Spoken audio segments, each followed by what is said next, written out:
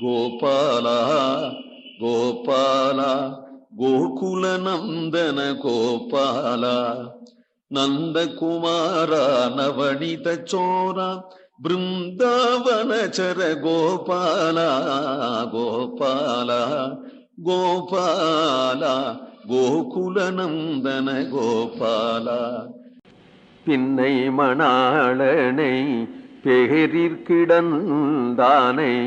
முன்னை யமரர் முதல் தனி வீத்தினை என்னையும் எங்கள் குடி முழுதாட்கொண்ட மன்னனை வல்திகி குழல்வாராய் அக்காக்காய் மாதவன் தன் குழல் வாராய காக்காய். பின்னை மணாளனை முதல் பாசுரத்திலேயே தெரிஞ்சுனுட்டா இல்லையா? இவன் குழுப்பாட்டனம் அப்படின்னு கூப்பிட்டு பார்த்தா நீ பிறந்த திருவோணங்கிற அவன் காதலியே போட்டுக்க மாட்டேங்க. கடைசியில நப்பின்னை காணில் சிரிக்கும்னா மலமலன்னு வந்து உட்கார்ந்துட்டான். அது புரிஞ்சொடுத்த அவளுக்கு.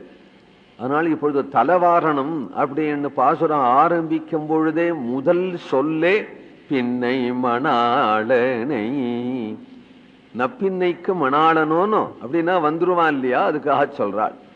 பேரிற்கிடம் தானை திருப்பேர் என்கின்ற ஒரு திவ்ய தேசம் இப்பொழுதெல்லாம் கோயிலடி என்று சொல்லுவாள். ஸ்ரீரங்கத்துக்கு அப்பால் இருக்கு. அந்த திவ்ய தேசத்தில் இருக்கக்கூடிய கண்ணா, முன்னை அமரர் முதல் தனி வித்தினை, எல்லா தேவர்களுக்கும் முன்னாடி இருக்கக்கூடிய முதல் தனி வித்து ஆதி மூலமா இருக்கக்கூடிய கண்ண, என்னையும் எங்கள் குடிமுழுதாட்கொண்ட மன்னனை. ஏனால் எங்கதான் இருக்கட்டும், எப்பேற்பட்ட உபன்யாசம் எப்பேற்பட்ட பஜனை கோபிகா ஜீவன ஸ்மரணம் தானே சொல்லுவா. எங்கள் குடியையே ஆட்கொண்ட கண்ணா, எங்களுக்கெல்லாம் ஜீவனமாக்கக்கூடிய கண்ணா, அந்த கண்ணனுக்கு குழல் வாரணம். குழல்னா கூந்தல், அந்த கூந்தல் வாரணம்.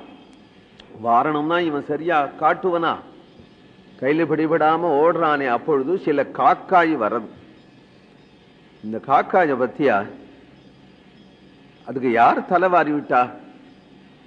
அது பிசுறுன்னு இல்லாம அப்பொழுது நன்னா வாரினது மாதிரி இருக்கு. காக்காய்க்கெல்லாம் தலை நிறைக்காது போல இருக்கு. காக்காய்க்கெல்லாம் அந்த தோகை நிறைக்காது.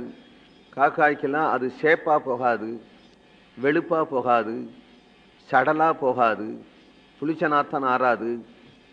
அது யாரோ வாரி விடுறா, அப்படியே வாரி விடுறா. காக்காய்க்கெல்லாம் அப்படி வந்தா மழன்னு இருக்கு, பளபளன்னு மழன்னு இருக்கு.